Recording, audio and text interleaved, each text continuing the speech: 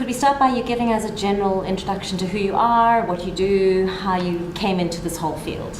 Okay, my name is Mohammed Dalwai. I'm a medical doctor by background.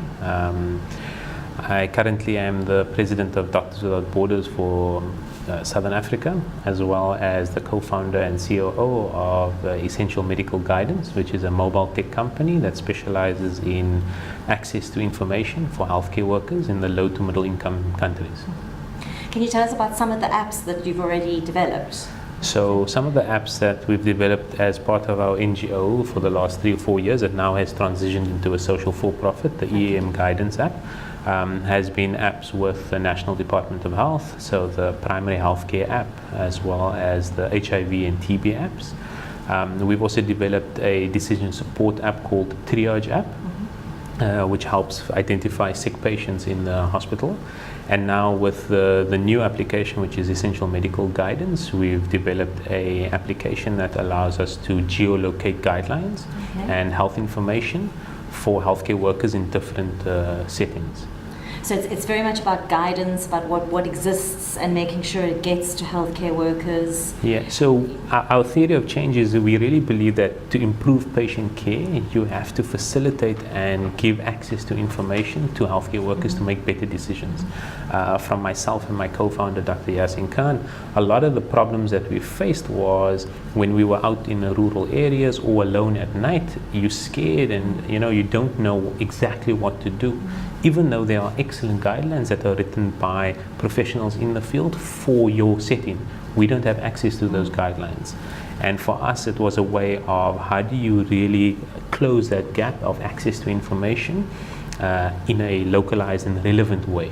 Guidelines from America are great, but they don't speak to our local needs and our local limited resources. What we created was a free publishing platform so that experts in South Africa can actually publish their guidelines and healthcare workers could have access to them. And then what do you see as the big picture sort of benefits of this as opposed to traditional approaches of getting that information to healthcare workers? So I think, the problems is that traditionally it was all paper-based. Yeah, and they were huge documents. There were huge documents. I would lose the books or the book was locked away in a cupboard, and I wouldn't be able to have access to those books. So I think the big picture really is, as we scale this across different countries in the world, is giving locally relevant information, both in terms of guidelines as well as in medicines information, to healthcare workers so they can make better decisions at the point of care.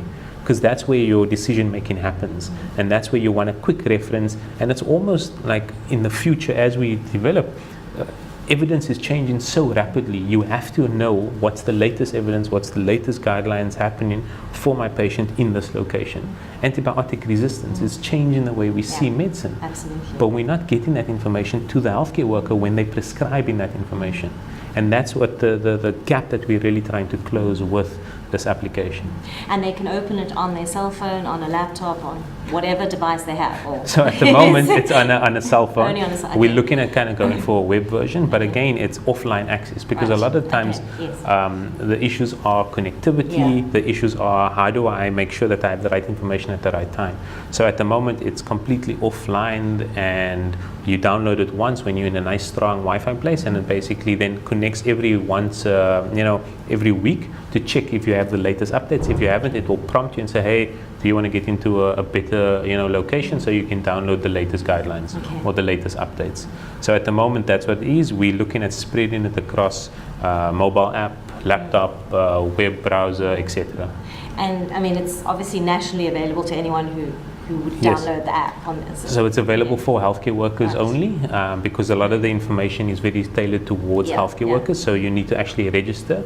But yes, it's available across the country for now, and we're looking at going into other African countries, hopefully within the next 6 to 7 months. What's your usage like at the moment? Obviously it's quite general, but... So at the moment we've had over 4,000 sign-ups, approximately 2,000 doctors, South African doctors, and it's growing every day. It grows by about 100 every week. And that's with very little marketing. It's more word of mouth. I find it very useful. I tell my partners or my colleagues, look here, I find this very useful. Don't you want to download it and use it?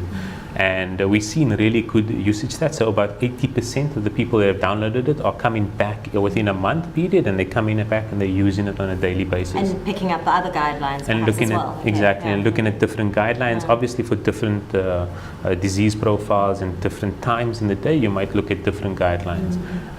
But we're seeing great usage, and we're quite excited about how this can now grow and actually scale.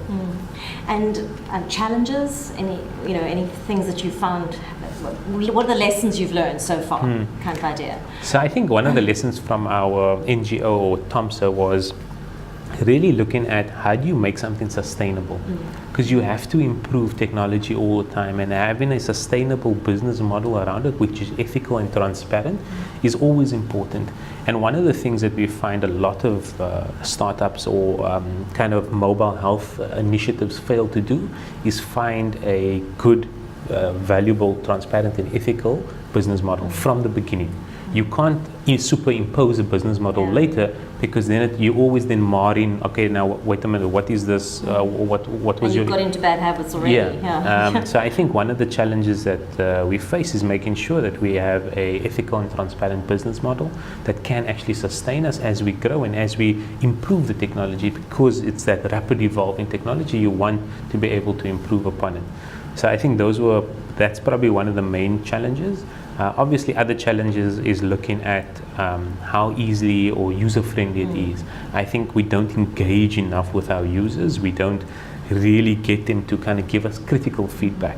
A lot of times people look at user engagement as, oh, but you don't like our app? No, but you're a bad user. I don't like you anyway. Yeah, it's your fault, you know? Okay. When you should actually be looking at your data and, like these lean concept methods of looking at data, looking at how many people are using it. When you release a new version, does it increase your usage? Does it decrease your usage? And then actually trying to check your data. And I think that kind of, how do you delve into data as a startup with limited resources is always a challenge, like kind of balancing all the different things and making sure that you're growing all the time is always a challenge for any business, I think. Just to follow up on that, I was getting a bit curious when you on the one hand you talk about healthcare workers, and on the other hand you say you have 2,000 doctors or 4,000, whatever. What are the main categories of healthcare workers using your apps? So at the moment we have doctors, and those doctors are then segmented into either junior doctors, so interns, ComServes, or a medical officer, as well as then your registrars, which are specializing to become specialists, and then your consultants. So those are your doctors. We then also have different categories for nurses, as well as for pharmacy or pharmacists and pharmacy assistants, as well as we then categorize into speech therapy, audiology, optometry, as well as so most of the allied healthcare services and community healthcare workers as well. So those are kind of the gambit of healthcare worker professionals, and mainly it's because they're all registered in the country, so we can actually make sure and validate that they are in fact either a doctor, a nurse, or a pharmacist. And what's the differences in adoption rate for these different categories? That's probably the data that I was talking about that's difficult to kind of really delve into. Okay. So I can't really tell you that right off the top of my head. It would be interesting to look at. So if I can get someone to look at just the data, I would love that. Because I'm just saying, when we talk about usability, it's probably going to be very different from a specialist doctor to a healthcare worker somewhere out in the outpost. So how useful it is and how much it is used is probably going to be very, very different for these different categories. Yeah. So we would love to be able to segment that data and actually look at that usage, and then also look at, as you say, what changes can we make to be able to make it more applicable, or user-friendly, or if you want certain areas of your app to speak to different cadres of healthcare workers, how do you then change that and facilitate that process? So that's something that that we're definitely going to look at, and it's now just about making sure that you have all those questions up front already, so that you're not digging through the data to make up questions, but you're looking for the answers rather. Do you have the data on how many of your users that are in a city environment and how many are out in a rural?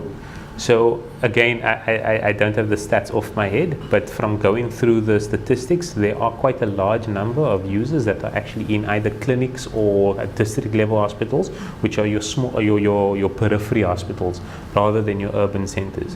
However, we do see a lot of access as well in your tertiary care facilities, as well as into private sector. So your GPs are very isolated within South Africa, and for them to get access to latest up-to-date information that are coming from the societies, that are coming from the different hospital departments, is actually quite important. So that's where we're finding quite a few uptake and users, and that's what we want to kind of build out and kind of understand them a bit more, so that we can cater for them and improve it for their experience. And where do you see it going? Or what other areas do you think it might go into?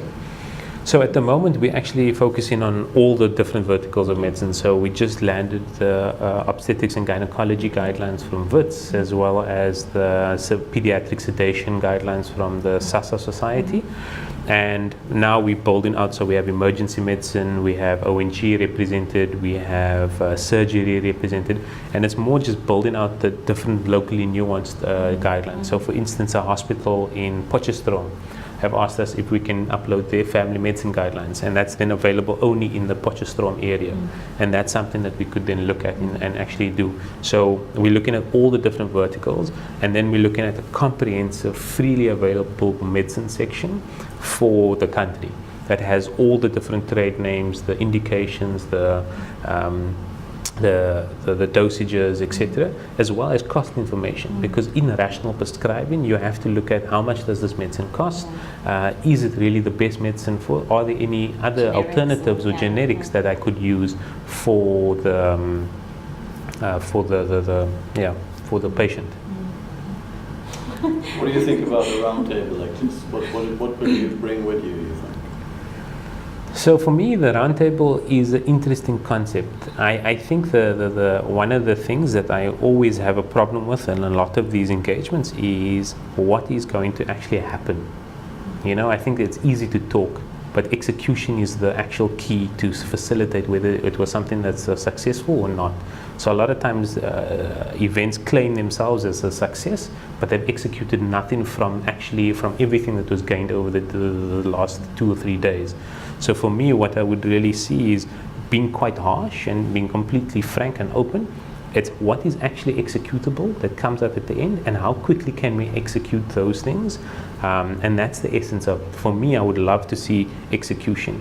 I was having this debate in my head, because if you're in a startup, or if you're in a company that's trying to improve social impact, you shouldn't be talking, you should be executing.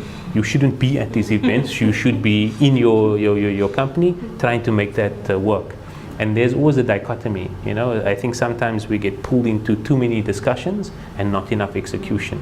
So I mean, it already sounds like you need someone to help with your data. exactly, like, you know, like now it's like 2 days out where I could be maybe spending that time delving into the data, and again. I tend to agree with you. It's the doing and the thinking. On the other hand, you can say that strategy without execution is probably as bad as execution without strategies. True. So I think it's a balance of the two. But I think sometimes we err too much on the strategy and not focus on the execution. Couldn't agree more. Okay. What your particular setup? What kind of partnership would it need to make it bigger, to take it further, to expand? Like any startups, like funding. Funding is like what's going to be able to drive growth. People being able to actually then start employing data analysts, and to be able to actually employ people that can execute on what our vision, because the vision is there. It's okay. Look here, we want to be able to scale this. It's bodies but and how money do to you? do it. It's bodies and monies to be able to do it. But then also mentorship in terms of, okay, look here, when you do this, it actually means you need to have A, B, and C in order already before you start doing D or F. And that's, I think, sometimes the problem is when you scale from something small to something big, it's that growth period that's really painful. but it's something that is, what you need there is bodies and funding, Yeah. but you also need direction and mentorship to make sure that you're not going off path Yeah. completely and just kind of going, okay, look here, maybe you should do that first, maybe you should change this. Just watch out for that. We've gone through this period before, we've seen this happen already, learn from our mistakes rather than making your same mistakes and trying to learn something on your own. And I think this concept of rebuilding the wheel is something that we need to get away from, especially as in South African entrepreneurs. We tend to be very secretive. I don't want to tell you, everything's a secret. It's like your idea is worth nothing unless you can actually execute. Yeah. So Yeah. your ideas are great. Execute your idea. Protect it, but share it. Yeah, yeah, If but that's but makes this is sense, my yeah. thing is that we don't share enough. Yeah. We're too scared about sharing. Yeah.